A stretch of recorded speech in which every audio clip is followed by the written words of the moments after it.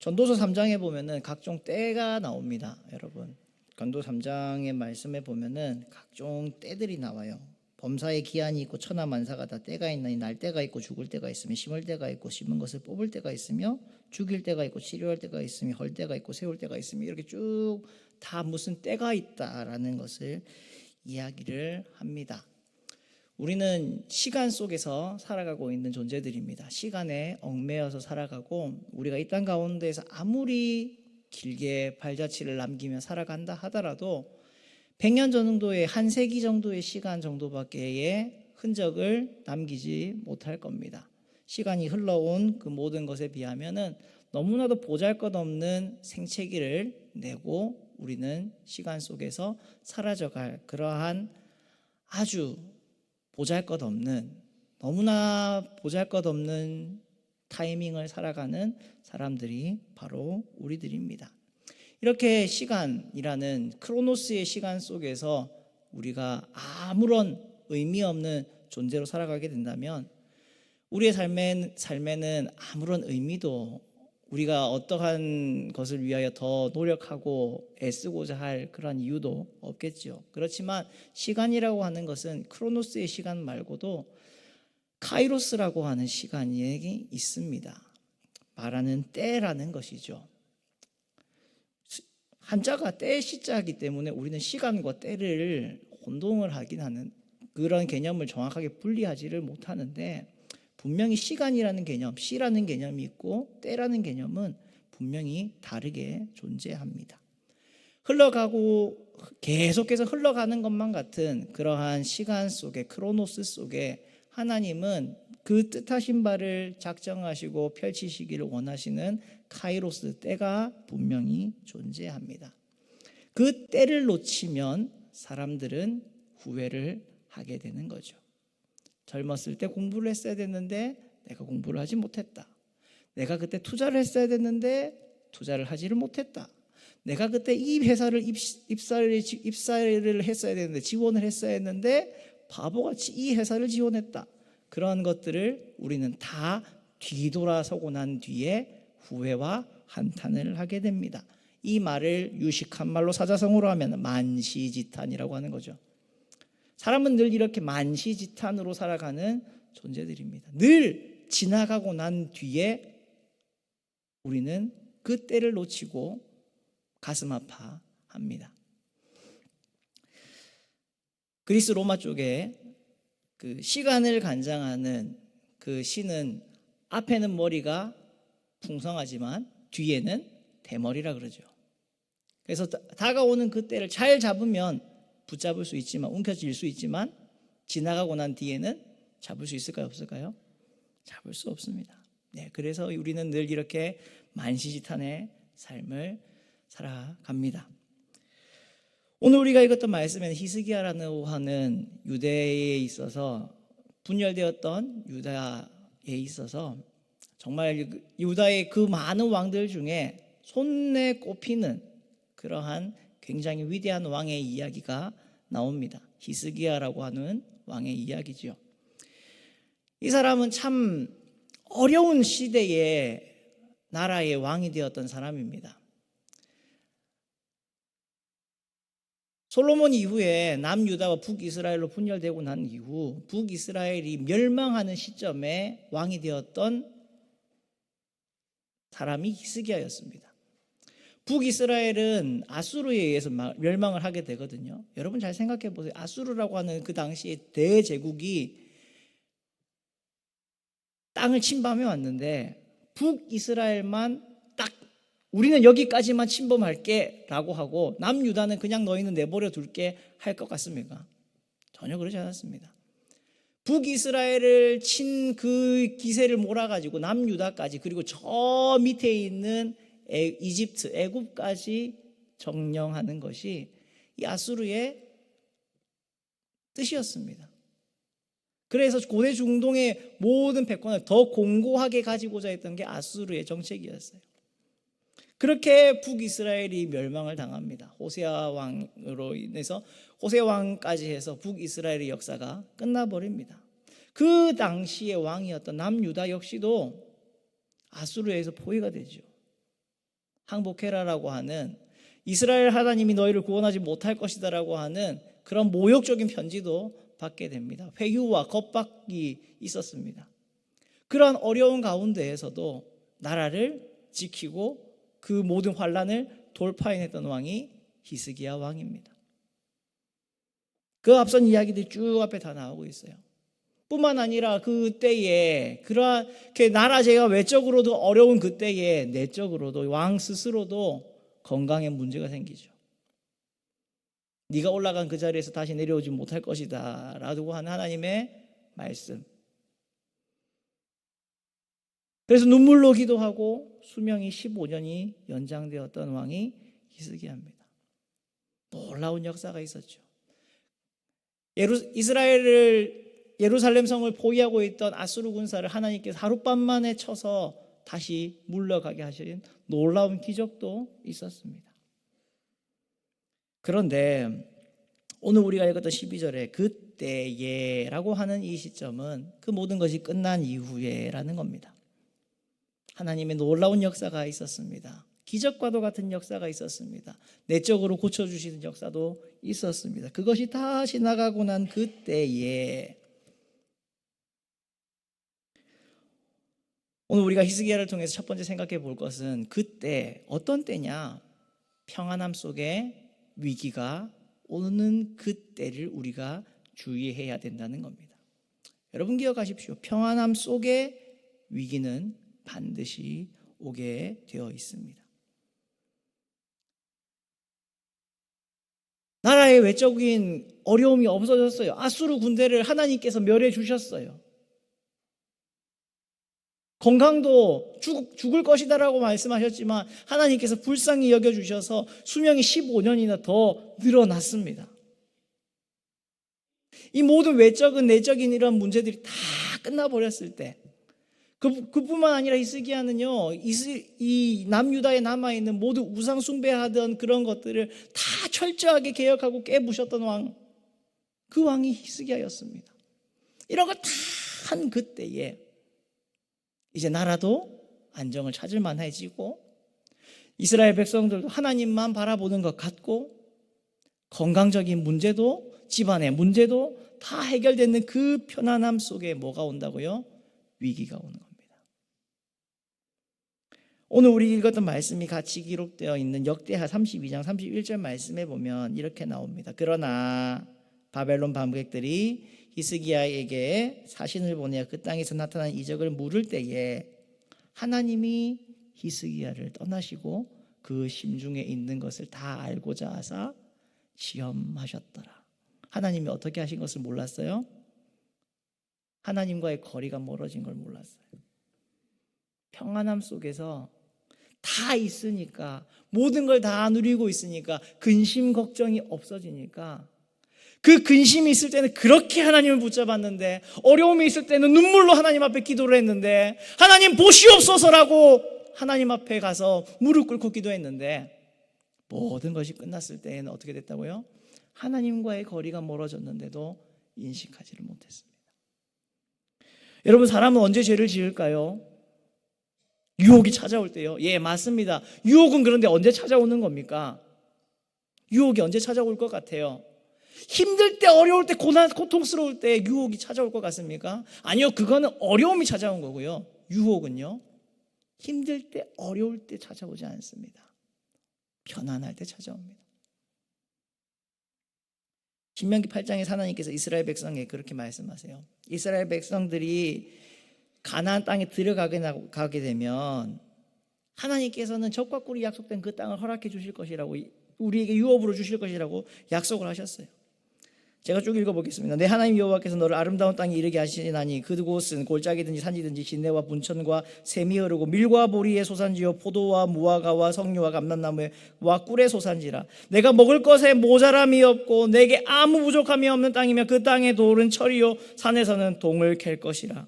내가 먹어서 배부르고 내 하나님 여호와께서 옥토를 내게 주셨으므로 말미암아 그를 찬송하리라. 이게 신명기 8장 7절에서부터 10절까지 나오는 말씀입니다.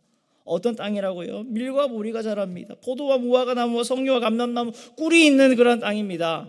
먹을 것에 부족하고 모자람이 없는 그러한 땅, 그래서 먹어서 배부른 그 땅인데, 그 땅에 8장 12절부터 같이 한번 우리 읽어보도록 하겠습니다. 혹시 준비가 되셨나요? 신명기 8장 12절 같이 읽어보겠습니다. 시작. 내가 먹어서 배부르고 아름다운 집을 짓고 거주하게 되며 또 내 소와 양이 번성하며 내 은금이 증식되며 내 소유가 다 풍부하게 될 때에 내 마음이 교만하여 내 하나님 여호와를 잊어버릴까? 언제 우리가 교만하게 된다고요? 없을 때요? 모자랄 때요? 광야에서요? 아니었습니다. 살만해졌을 때, 근심이 없어졌을 때, 평안해졌을 때, 먹어서 배부르고 아름다운 집을 짓게 되고 소와 양이 번성하고 은금이 증식되고 소유가 풍부할 그때 우리는 늘 넘어집니다. 하나님과의 거리가 멀어지고 있는데도 우리는 우리 눈치채지 못합니다. 이때를 바로 주의해야 됩니다. 편안함 속에 위기는 옵니다. 여러분, 다윗 왕이 하나님 앞에서 그렇게 하나님 마음에 들었던 다윗 왕이 언제 죄를 지었죠? 사울에게 쫓길 때였나요? 사울에게 쫓기면서 사울 이 나쁜 놈은 XX 이러면서 매일 아침에 욕을 하고 막 저주를 하고 그렇게 했나요? 아니었습니다.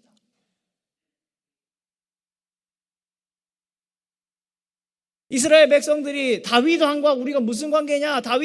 우리는 다른 왕을 세우겠다라고 막 떠나서 그때 자기 아들을 왕으로 세울 그때 다윗이 범죄했나요? 어려움과 위기가 왔습니까? 아니었습니다. 다윗이 언제 죄를 지었냐면 사무엘하 7장 1절 말씀에 여호와께서 주위의 모든 원수를 무찌르사 왕으로 궁에 편안히 살게 하신 때에, 이때에 다윗은 하나님을 위한 처소를, 다윗의 장막을 만들기도 했지만 또한 이때에 무슨 일도 저질렀을까요? 밧세바 사건도 일어나요. 다윗이 처자가 없어서 광야 생활을 하면서 너무 쫓겨서 젊은 이 다윗이 불타는 마음에 여자가 없어서 성범죄를 저지른 게 아니라 언제였다고요? 평안히 궁에 거할 때, 하나님께서 모든 원수를 다 물리쳐 주셔서 근심이 걱정이 없을 그때에, 여러분, 우리는 언제 넘어지고 언제 무너지고 우리의 신앙의 위험과 슬럼프는 언제 찾아올까요? 우리가 너무 힘들 때요? 고통스러울 때요? 아니었을 겁니다. 여러분에게 만약에 제대로 된 믿음이 있으신 분이시라면 그렇게 어려움이 닥치고 힘든 일이 닥쳤을 때 여러분은 먼저 무릎을 꿇으셨을 거예요. 금식을 하셨을 거고 100일 제단을 쌓으시고 1000일 제단을 쌓으시고 기도와 예배를 중요시 하시면서 하나님을 붙잡으셨을 겁니다. 그런데 언제요?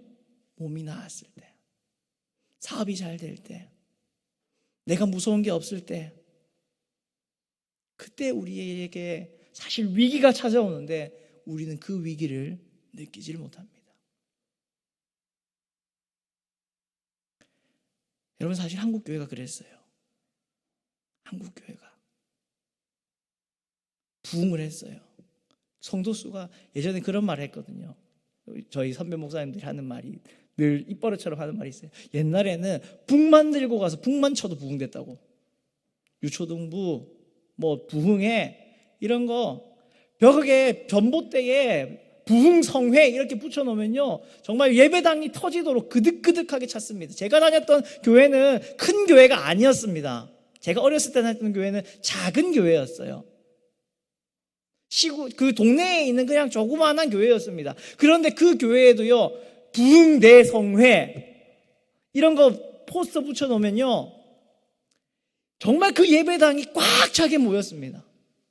뭐 특별히 광고를 한 게 아닙니다. 기독신문을 내고 무슨 좀 라디오에다가 광고를 하고 이런 게 아니었어요. 그랬는데 그때는요 그득그득하게 부흥이 이루어졌습니다. 그런데 한국교회는 그 부흥의 때를 주의하며 조심하며 더 하나님을 붙잡는 기회로 삼지를 못하고 뭘 해버렸을까요? 편안함 속에 도취되어 버렸던 겁니다. 취해버렸던 거예요. 하나님이 멀리 떠나가고 계신데 거리가 점점 멀어지고 있는데 그걸 눈치채지 못했습니다. 그게 지금 오늘 우리가 맞닥뜨리게 되는 오늘날의 현실이에요. 편안함 속에 위기가 옵니다. 여러분이 지금 고난이 있고 환난이 있고 어려움이 있고 집안에 문제가 있으신 분들은 감사하실 수 있었으면 좋겠습니다. 하나님이 나로 하여금 지금 이렇게 기도를 하게 만드시는구나. 오히려 집안이 잘 되고 근심 걱정이 없고 자녀가 결혼을 너무 잘했고 이런 분들은요, 주의하시기를 바랍니다. 내가 자칫 잘못하면 하나님 놓치겠구나. 내가 자칫 잘못하면 하나님 안 보고 다른 것 바라보겠구나. 조심하셔야 됩니다. 사람은 늘 살만할 때 죄를 지었습니다. 히스기야를 통해서 오늘 우리가 보게 되는 두 번째 모습은 과거의 신앙이 현재의 신앙 수준을 보장하지 않는다는 겁니다. 앞서 말씀드렸듯이 히스기야는요, 정말 말도 안 되는 하나님의 놀라운 역사를 경험했던 왕이 히스기야 왕이었어요. 성경에 나오는 어떤 인물이 그러한 하나님의 역사하심을 보았겠습니까? 어떠한 존재가 하나님께서 그 생명을 너 죽을 거다라고 이야기하셨던 하나님이 그래? 너의 눈물의 기도를 보았다라고 하면서 15년이라는 생명을 더 더해주시는 일을 경험했겠습니까? 그 일을 경험했던 왕이 히스기야였습니다. 젊었을 때는 전심을 다해서 온 마음을 다해서 하나님을 쫓았던 왕이 히스기야였습니다. 그런데 여러분, 살만해졌을 때 이 마지막 우리가 읽었던 이 오늘 말씀 12절부터 21절까지의 말씀에서 히스기야의 모습은요, 그 옛날 신앙의 모습을 보여주지를 못합니다. 옛날이었다면 히스기야는 어떻게 반응을 했을 것 같습니까? 바벨론의 사자들에게 왕궁의 모든 좋은 것들을 다 보여주고 자랑을 했죠. 그리고 하나님의 선지자인 이사야를 보내어서 그 잘못을 이야기하셨습니다. 옛날에 히스기야였다면 그 자리에서 무릎을 꿇고 옷을 찢으며 하나님 앞에 잘못했다고 회개를 했을 겁니다. 근데 오늘 우리가 읽었던 말씀에서는 어떻게 말합니까? 19절 말씀 같이 읽어볼까요? 히스기야가 이사야에게 이르되 당신이 전한 바 여호와의 말씀이 선하니이다 하고 또 이르되 만일 내가 사는 날에 태평과 진실이 있을진데 어찌 선하지 아니하리요 하니라. 하나님께서 무시무시한 예언을 합니다. 그 보여줬던 모든 걸 하나님께서는 바벨론으로 다 가져가 버리게 하실 것이더라고.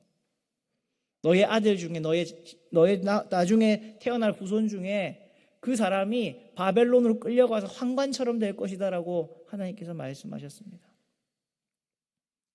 합당한 반응은 뭐죠? 하나님, 제가 잘못했습니다. 그런데 히스기야는 하나님의 이 뜻은 이루어질 것입니다. 믿음이 있는 것처럼 보이는 말이지만 이미 그의 믿음은 변질되어 버렸습니다. 변질되어 버렸어요. 역대하에서는요, 이 히스기야의 이 마지막 모습을 보고요, 그가 교만했다라고 이야기를 합니다. 오로지 하나님만 바라보았던 히스기야의 신앙이 어떻게 되어 버렸습니까? 변질되어 버렸어요. 과거의 그 수많은 하나님의 기적이 나중에 신앙을 절대로 보증하지 못합니다. 우리가 젊어서 뜨겁게 만났던 하나님의 그 추억이, 첫사랑의 그 추억이요, 우리의 믿음, 우리의 신앙생활을 결단코 보증하지 않습니다. 그는 몰랐어요. 선줄로 생각할 때 조심하라고 하는 고린도전서 10장 12절 말씀처럼, 그런즉 선줄로 생각하는 자는 넘어질까 조심하라. 이 말씀처럼 그는 조심하지 못했습니다. 쓰러져 있는데, 넘어져 있는데도 그는 몰랐어요. 신명기 4장 19절에도 하나님이 이스라엘 백성한테요 이렇게 이야기하거든요. 오직 너는 스스로 삼가며 내 마음을 힘써 지키라. 그리하여 내가 눈으로 본 그 일을 잊어버리지 말라. 내가 생존하는 날 동안에 그 일이 내 마음에서 떠나지 않도록 조심하라. 너는 그 일들을 내 아들들과 내 손자들에게 알게 하라. 끊임없이 우리는 기억을 해야 합니다. 끊임없이 우리는 개혁돼야 돼요. 지난 주일이 종교개혁 주간이었잖아요. 신학자 어거스틴이 이런 말을 했습니다. 에클레시아 레포르만타 세페르 레포르만다에라고 이야기를 했어요. 뭔 말이냐면 개혁된 교회는 항상 개혁되어야 한다라는 말입니다. 굉장히 많이 유명하게 인용되는 말이에요. 개혁된 교회는 항상 개혁되어야 한다. 하나님 앞에 구원받은 신앙은 항상 개혁되어야 합니다. 우리의 신앙은 늘 언제나 현재 상태여야만 합니다. 예전에 그 신앙이 옛날이여라는 그 신앙이 우리의 신앙이 지금 신앙을 결코 보증하지 않습니다. 우리는 주의해야 합니다. 옛날의 신앙에 도취되어 있는 그 모습을 주의해야 합니다. 그때 만났던 하나님이 놀랍고 뜨거운 하나님이라면 오늘 만날 하나님은 더 놀랍고 더 뜨거운 하나님이어야만 합니다. 그것이 맞는 겁니다. 개혁되지 않으면 넘어지는 겁니다. 바꾸지 않으면 넘어지는 겁니다. 날마다 새로워지지 않으면 후패해지는 겁니다. 뒤로 물러가 침륜에 빠지는 자가 되고 마는 겁니다. 우리 사랑하는 모든 성도님들은 날마다 이렇게 개혁되는 신앙이었으면 좋겠습니다. 날마다 하나님 앞에 살아있는 신앙, 현재형의 신앙이기를 주님의 이름으로 축원드립니다. 세 번째, 오늘의 말씀의 제목처럼 미래를 대비하지 않으면 환난과 고난의 때를 맞이한다라는 겁니다. 미래를 대비하지 않으면 환난과 고난의 때를 맞이하게 돼요. 여러분, 얼마 전에 미국에 큰 허리케인이 상륙을 했습니다.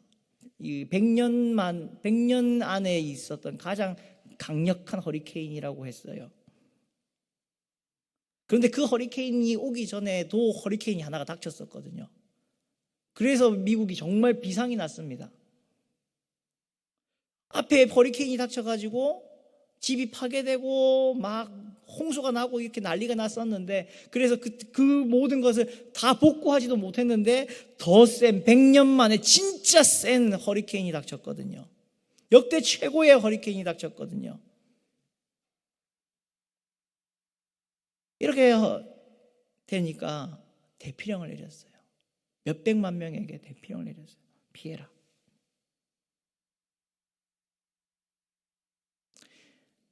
미국의 텍사스 같은 데에는 넓은 벌판이 있고 허리케인 말고 때로는 트위스터, 이 소용돌이가 몰아칠 때가 있습니다. 우리가 알고 있는 빨간 머리엔 아니고 오즈의 마법사 그 이야기도, 캔자스 외딴 시골집에서 어느 날 잠을 자고 있을 때 무서운 회오리 바람이 나타나서 그렇게 집을 날려버리는 그 이야기가 그런 땅입니다. 여러분, 회오리 바람이 몰아칠 때, 허리케인이 몰려올 때 어떻게 해야 될까요? 허리케인아 물러가라 라고 하면서 밖으로 나가가서 대적을 하면은, 내 믿음이 더 세다라고 하고 허리케인과 맞부딪히면은, 회오리 바람과 맞부딪히면은 이길 수 있을까요? 한국도 가끔씩 큰 태풍이 올 때가 있습니다. 일기예보가 그렇게 할 때가 있죠. 이번 태풍은 정말 큰 강도 강의 대형 태풍입니다. 이러고 하면은요 난리가 납니다. 어떻게 하죠? 테이프 사가지고 묻히고 신문지 묻히고, 여러분 안 그러셨습니까? 창틀 옆에 막 끼워놓고. 우리 다 우리 속에 트라우마가 있어서 그러잖아요. 2003년도 매미 때부터 해가지고 몇몇 태풍 때문에 우리 트라우마 있어가지고, 특히나 거제도 통영 직격 맞았었잖아요. 제 기억에 그때가 대학교 2학년 때였는데 추석에 명절을 새로 집에 내려왔다가 저희 집은 뭐 크게 문제는 없었는데 디날 이제 서울 올라가려고 이렇게 보니까 타워 크레인들 막 건물에 이렇게 누워 있고 거기 조선소에 있던 배 하나 모래속까지 떠밀려 와가지고 야 이렇게 가까이 대놨네 이러고 있었던 기억이 납니다. 우리 그때 이후부터 태풍 하여튼 세다 하면은 다 어떻게 합니까? 태풍 올라옵니다 이러면은 유리창에 X자로 붙여야 된다, 아니다 네모로 붙여야 된다, 테두리에 붙여야 된다, 그거 가지고 뭐 별별 이야기들 다 하면서 대비를 하지 않습니까? 환란이 몰려오면은 환란의 때를 대비해서 대책을 세워야죠. 그렇죠? 우리도 그렇게 하지 않습니까? 하나님께서 히스기야에게 말씀을 하셨어요. 수명이 15년이 연장이 됐지만 곧 히스기야의 그 죄 때문에, 그 교만함 때문에 어떻게 될 거라고요? 히스기야가 모여있었던 모든 것이 바벨론으로 다 가져가게 될 거고, 바벨론이 다 가져가게 될 거고, 히스기야의 아들 중에서도, 자손 중에서도, 후손 중에서도 한간이 될 거라고 하는 예언을 해 주셨습니다. 그러면 어떻게 해야 될까요? 대비를 해야 되는 거 아니에요? 어떻게 해서든 이러한 일이 일어나지 않도록 대비를 했어야 되는 거 아닐까요? 히스기야가 대비를 했을까요? 히스기야의 아들인 유다의 왕은 므낫세입니다. 므낫세. 오늘 우리가 읽었던 맨 마지막에 그의 아들 므낫세가 대신하여 왕이 되니라 하면서 21장 1절에서 므낫세가 왕이 될 때 나이가 12세라 예루살렘에서 55년간 다스리니라. 그의 어머니의 이름은 헵시바더라. 이렇게 나옵니다. 이 해석이 두 가지가 있는데 첫 번째 해석은 히스기야가 연장받은 15년 중에 히스기야의 아들인 므낫세가 낫다라고 보는 사람들이 있습니다. 그렇죠? 므낫세가 왕이 됐을 때가 12살이니까 히스기야가 목숨을 연장받은 거 15년이었고 목숨을 연장받은 중에 이 아들이 태어났다라고 보는 학자들도 있고 아니면 므낫세가 왕이 될 때가 12세였고 히스기야 왕과 공동 통치를 한 10년 정도를 했다라고 보는 학자들도 있습니다. 무엇이든지 간에 아무튼 한 10여 년 정도를 뭐 했다는 거죠? 히스기야와 므낫세는 같이 있었다는 거죠. 그 시간 동안에 히스기야는 뭐 두 번째 견해를 따르면은 후계자 수업을 했겠죠. 왕으로서 어떻게 다스려야 되는지 같이 공동 통치를 하면서 여러 가지를 가르쳤을 겁니다. 국제관계는 어떻게 조정해야 되며 정치는 어떻게 해야 되며 어떤 신화를 세워야 되며 이런 일들에서는 예산을 어떻게 쓰고 이런 것들을 많이 교육을 했을 겁니다. 왕으로서 12세부터 좋은 왕이 되게 하기 위해서 많은 교육을 했겠지요. 그런데 뭘 못했는지 아십니까? 신앙교육을 못했어요. 그렇기 때문에 므낫세 왕은요 유다 역사에 있어서 가장 악한 왕으로 평가받습니다. 북이스라엘에 아합 왕이 있다면 남유다에는 므낫세가 있다라고 할 정도의 악한 왕으로 평가를 받습니다. 그의 아버지는 하나님 앞에서 정말 이 남유다에 있어서 손에 꼽히는 선왕이었는데 백성들이 정말 존경하는 왕이었고 그래서 다윗의 묘실 중에서 가장 높은 곳에 그 묘실을 마련할 정도로 백성들이 존경을 표하는 왕이었는데 그런 훌륭한 왕이었는데 그 아들은 그 아버지가 허물어버렸던 우상숭배를 다시 하는 왕, 아니 그것보다 더 악한 우상숭배를 저지르는 왕이 므낫세 왕이었어요. 그래서 이 므낫세 왕의 죄 때문에 열왕기를 기록한 기록자는 이 므낫세 왕의 죄악 때문에 하나님께서 이스라엘을 용서하지 않았다라고 21장 이후에서 계속 이야기를 합니다. 요시야라고 하는 선한 왕이 있었음에도 불구하고 하나님은 므낫세의 그 악함 때문에 죄악 때문에 긍휼을 베푸시지 않으셨다라고 이야기합니다.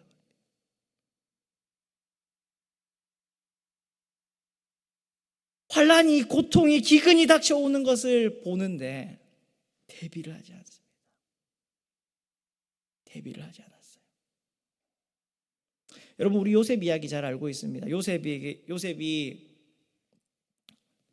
스토리 쭉쭉 뛰어넘어가지고 애굽으로 팔려가가지고 결국엔 감옥까지 갇혀서 거기서 신하 2명의 꿈, 술 맡은 거 하는 자, 똥 맡은 거 하는 자 꿈 해석해주고 난 이후에 바로가 꿈을 꾸죠. 바로가 어느 날 꿈을 꿉니다. 근데 그 꿈을 해석하는 사람이 있습니까, 없습니까? 아무도 없죠. 아무도 없어요. 소가 뭐 나타났다가 막 이삭이 나타났다가 막 이러는데 그 꿈을 해석하는 사람이 아무도 없어요. 그래서 창세기 41장 25절에 보면 이제 요셉이 바로 앞에 와가지고 이 꿈을 해석을 해줍니다. 아시나요? 생전 처음 들어보는데 그런 이야기가 있어. 이런 눈으로 보시면은 제가 상당히 당황을 합니다. 우리 교회 수준이 뭐지? 이렇게 생각이 됩니다. 아시죠? 모르는 거 아니죠? 좀 졸리셔서 그런 거죠. 거기 보면 41장 25절에 보면 요셉이 바로에게 아뢰되 바로의 꿈은 하나라. 하나님께서 그가 하실 일을 바로에게 보이심이니이다. 7 좋은 암소는 7회요 7 좋은 이삭도 7회니 그 꿈은 하나라. 그 후에 올라온 파리하고 흉악한 7소는 7년이요 동풍에 말라 빈 7 이삭도 7회 흉년이니 내가 바로에게 이르기를 하나님이 그가 하실 일을 바로에게 보이신다 함이 이것이라.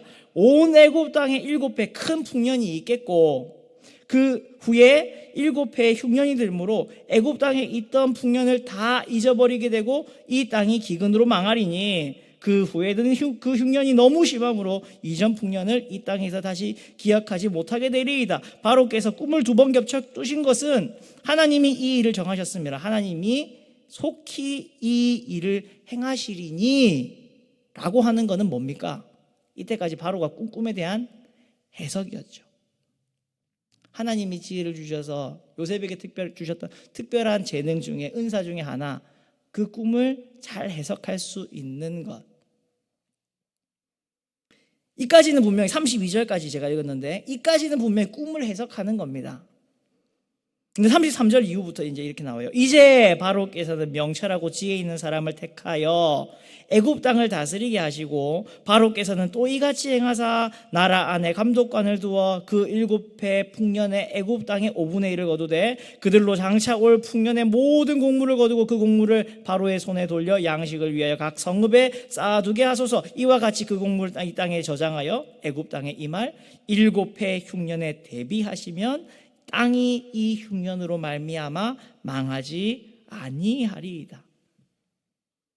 여러분, 요셉이 위대했던 건요, 꿈을 잘 해몽했다, 하나님이 주신 그 은사를 잘 사용했다가 아닙니다. 요셉이 훌륭했던 거는 그것을 바탕으로 해서 뭐가 있는 사람이었어요? 대책이 있는 사람이었어요. 우리가 사람을 관계를 속에서 가장 힘든 사람이 어떤 사람입니까? 대책 없는 사람이 가장 힘든 사람이잖아요. 만났을 때 쟤는 정말 답이 없다, 이런 애가 정말 힘들지 않습니까? 근데 요셉은 뭐가 있어요? 대책이 있고 답이 있잖아요. 여러분, 우리 역시 마찬가지입니다. 고난이 흉년이 준비되어 있다면 앞에 예고되어 있다면 뭘 가져야 될까요? 모여가지고 아이고 저는 망했다, 큰일 났다, 이것만 중요한 게 아니에요. 망했다, 큰일 났다는 누구나 다 할 수 있는 이야기입니다. 우리가 그리스도인이라면 뭘 가지고 있어야 될까요? 믿음으로 가지고 있는 대비책이 있어야죠. 해결책을 가지고 있어야죠.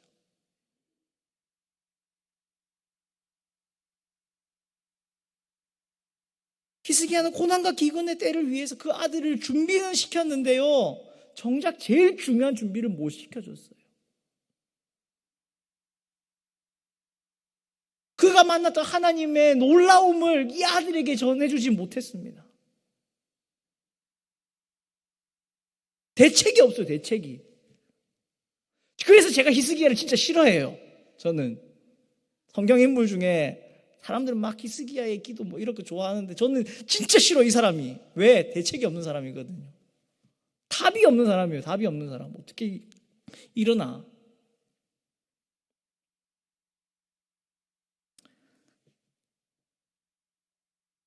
대비를 해야 됩니다. 대책을 세워야 돼요. 흉년의 때가 안 오게 할 수는 없잖아요. 어떻게 하겠어요? 뭐 하늘에다 막 구름을 뿌리고 뭐 이렇게 해가지고 뭐 물론 흉년의 때를 막을 겁니까?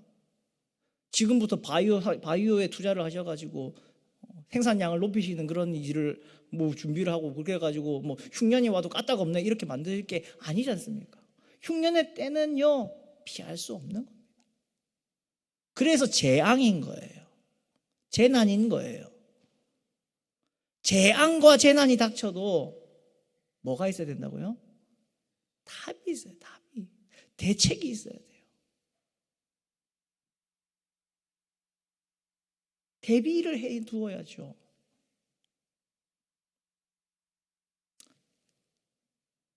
시스텍트라고 하는 여러분 영화 기억하십니까? 우피 골드버거라고 하는 아주 재미있게 생기신 분이 나오셔가지고 막 노래 부르면서 하는 이야기인데 1탄과 2탄이 나왔는데 1탄에서는 이 사람이 이제 밤무대 가수인데 우연찮게 살인 사건을 목격하게 되고 그거를 이제 피해서 어떤 성당에 갔는데 성당이 너무 재미가 없는 거예요, 예비가. 그래서 거기를 바꾸는 이야기가 시스텍트 1이고 시스텍트 2는 이제 그 이후에 그 전 1탄에서 관계에 맺었던 수녀님들이 어떤 학교에 이제 그런 그 당시는 거기는 이제 천주교 성당으로 돼 있으니까 그런 학교에서 가르치는데 애들이 다 문제아들이에요. 문제아 투성이에요. 애들을 가르치려고 하는데 이 수녀님들이 맨날 기도만 하실 줄 알았지 이 거친 애들을 다룰 수가 없으니까 이 우피 골드버그를 부른 거예요. 도와달라고. 가서 하는데 정말 가관이 아닙니다. 애들이 공부하고 싶은 생각이 전혀 없어요. 어떻게 하면 여자 꼬실까? 어떻게 하면 돈 벌까? 이런 거 생각밖에 다 없는 애들입니다. 현실에 박혀서 그렇게 살아가는 애들이 슬럼가에 살아가고 그런 애들입니다. 그런데 이 주인공도 그 아이들 때문에 도저히 못하겠다 이런 생각이 처음에는 해요. 그런데 같이 있던 그 수녀들이 그렇게 도전을 해줍니다. 담대하게 나가라고. 그래가지고 어떻게 하냐면은 이 수업에 빡 들어가가지고 칠판을 손바닥으로 긁어요. 그 장면이 나오거든요. 그렇게 하면서 뭐라 그러냐면은 죽은 다 쉬었다라고 해요. 왜냐하면 그 앞에 애들이 우리는 음악 같은 거 할 생각이 없는데 음악 시간은 그냥 식은 죽 먹기 그런 시간인데요 라고 하거든요. 그래서 뭐라 그러냐면 죽은 다 쉬었다라고 이야기해요. 그러면서 아이들을 바꿔나가는 그런 이야기들이 나옵니다. 한국 교회에 있어서 여러분 죽은 다 쉬었습니다. 안타깝게도 지난번 주일 1027 집회 올라가서 거기서 많이 모인 믿음의 동력자들을 보았습니다. 그러나 또한 보게 된 것은 이제 한국 기독교회는 소수라고 하는 겁니다. 사회로부터 외면을 받고 있는 소수가 되었습니다. 우리가 덩어리일 때, 덩치가 있을 때는요, 세상 무서운 줄은 몰랐습니다. 그렇죠? 다 바꿀 수 있을 것 같았고, 우리의 힘으로, 우리의 가지고 있는 재력으로 다 될 수 있을 줄 알았습니다. 그런데 이제 아니더라는 거예요. 죽이 다 쉬어버렸습니다. 우리가 모여서 집회를 했는데 그 한 번의 집회로 세상이 바뀌면 참 좋겠지만 그 한 번의 집회조차도 세상으로부터 손가락질을 당하더라고요. 뭐 한다고 서울을 그렇게 막아가지고 교통대란이 일어나게 만드냐. 여러분 이게 우리의 자녀 세대들이 여러분의 손자 손녀들이 믿음 생활을 하게 될 세상의 모습입니다. 고난과 흉년의 때가 이제 예비되어 있어요. 우리는 지금 이번 집회를 통하여서 지금 동성애를 막을 수 있을지 몰라요. 그렇지만 10년, 15년, 20년 그 안에 이 법이 통과되지 않을까요? 우리에게는 답은 있습니까? 대책은 있습니까? 우리의 자녀들이 그러한 시대를 살아가게 할, 그러한 시대 속에서도 믿음을 가지게 할 대책을 우리는 가지고 있습니까? 물론 집회가 잘못됐다는 거 아닙니다. 지금 이때는요, 우리는요 결사의 정신을 가지고 그 악의 세력과 맞서 싸워야 할 때임과 동시에 대책을 세워야 할 세대입니다. 이걸 늦어버리면 어떻게 될까요? 우리는 또 때를 놓치고 후회할 거예요. 동성애 법안이 통과된다고 해서 한국 교회가 그날로 망하지는 않을 겁니다. 뭐 그렇게 믿음 없는 소리를 합니까? 한국 교회는 망하지 않을 겁니다. 하나님이 세운 교회인데 하나님이 세운 교회가 왜 망하겠어요? 그러나 지금 같은 신앙생활은 어려울 겁니다. 여러분, 그걸 걱정인 거잖아요. 그런 어려운 시대 속에 우리의 자녀들은 어떻게 신앙생활을 할 것인가? 여러분, 전해줄 이야기들이, 간증들이 있으십니까? 그 어떤 환경 속에서도 흔들리지 않는 믿음을 우리는 길러내고 있습니까? 그들에게 정말 바른 성경적 가치관을 교육시켜주고 있고 그것대로 살아가는 삶의 모습을 우리는 보여주고 있느냐라는 겁니다. 답이 있어야죠. 고난의 때가 온다고, 기근의 때가 온다고 걱정을 하는 사람들은 그리스도인이 아니라 그건 다 할 수 있는 이야기입니다. 그리스도인은 그 고난의 때를 대비하고 답을 가지고 있어야죠. 어떻게 해야 할지를 가지고 있어야죠. 우리는 답을 찾아야 합니다. 그러나 그 답이 쉽게 떠오르지가 않네요. 그렇죠?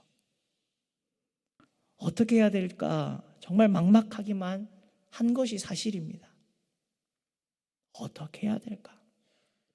이 답을 우리는 분명히 마련을 하고 이 답을 다음 세대에게 전달해 주어야 되는데 그 답이 무엇인지를 몰라서 정말 안타깝습니다. 그러기에 오늘의 결론, 우리가 할 수 있는 것, 우리의 가장 큰 무기, 기도하는 것밖에 없습니다. 기도로 다음 세대를 위해서 눈물을 뿌려놓고 기도하는 가운데 하나님께서 주실 해결책을, 답을 구하는 것밖에 우리에게 방법이 없습니다. 돌고 돌아 기도로 왔죠. 오늘 설교 준비를 하면서 돌고 돌아 이렇게 기도로 가면 좀 그런가 막 이런 생각을 했거든요. 너무 뻔한 이야기인가? 그런데 놀랍게도 오늘 찬양팀 찬양도 메인 주제가 기도고 성가대 찬양도 내가 기도하는 이 시간, 제가 오늘 준비했던 것도 어두운 밤 시대리니 그것도 그렇고 여러분과 지금 같이 부르고 싶은 찬양도 오늘 집을 나서기 전이거든요. 기도는 우리의 안식, 빛으로 인도하니 앞이 캄캄할 때 기도 잊지 마세요. 답을 모르기 때문에 우리가 할 수 있는 것 이거밖에 없더라고요. 어떻게 해야 될지 모르기 때문에 우리가 가장 잘할 수 있는 것, 가장 능력이 있는 것 이것밖에 없더라고요. 조금 늦었지만 우리가 이 찬양 같이 부르고 기도하며 오늘 예배를 마쳤으면 좋겠습니다.